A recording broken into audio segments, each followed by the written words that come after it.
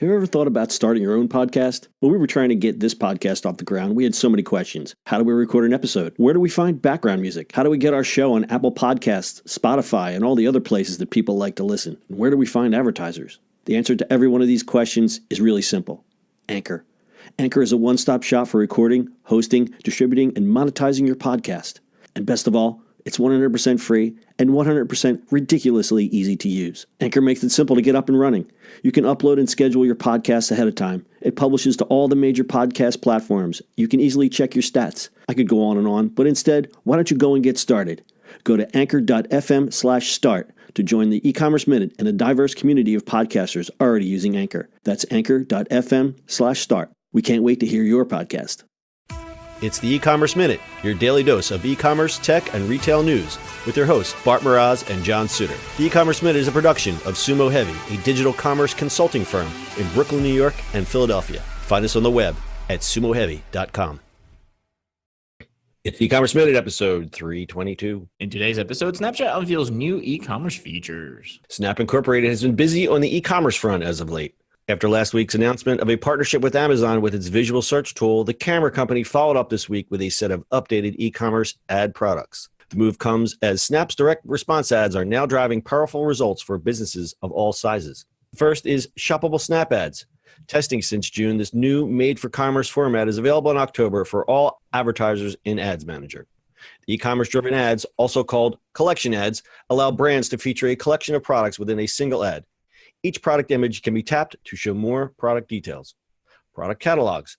Retailers can import their product catalog feeds to automatically create story ads, snap ads, and new shoppable snap ads featuring their products. Advanced pixel targeting. Snapchat Pixel will be more specific and can more closely target Snapchatters who visit a site and see what types of pages they visit, as opposed to just knowing they went to a site.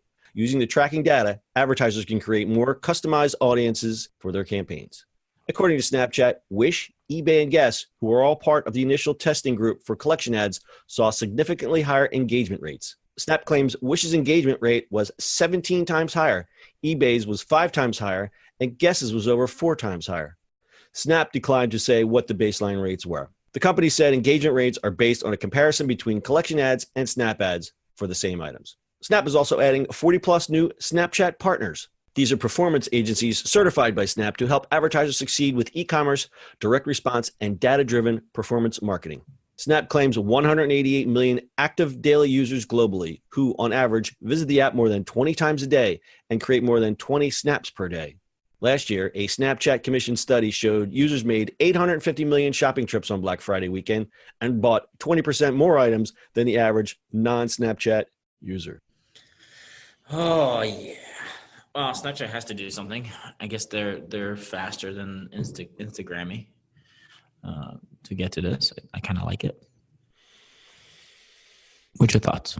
I think, again, I'm a little gray when it comes to Snapchat because I stopped using it. I see what they're doing. I look at the UI stuff. It's come a long way because it was a mess 2 years ago. I like the fact that they're giving more control to advertisers because why shouldn't they? They've got this huge young demographic that are going to have a lot more spending power as they get older. Because you realize like Snapchats are like, there's that 12 to 17-year-old demographic and then there's the mid-20s demographic.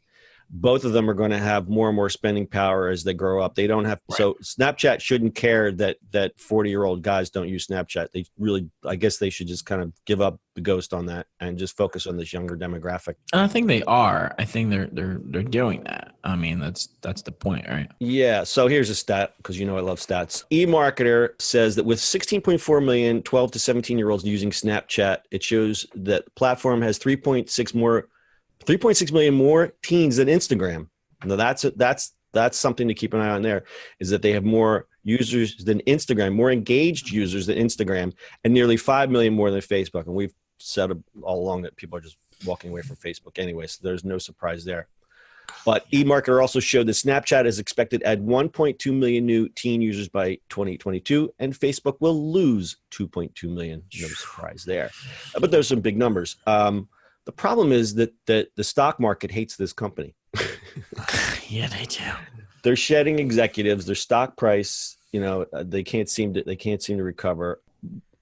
Now, see, I'm seeing a contradictory stat here is that they lost $3 million users, 3 million daily active users in the latest earnings report. I think that's just a churn.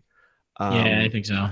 I think that's all that is. But this collection of products that they've put out, I think are pretty impressive in terms of if you're a retailer and you're selling something to the younger demographics. I mean, why wouldn't you let advertisers do this stuff all along? That's what I never got. I don't know if it was a technology block or what, because Instagram's already been doing it. You've already been able to do all half this stuff on Facebook. And we've seen Facebook/Instagram come and steal every Snapchat idea. So why didn't they go back and just, copy what they're doing?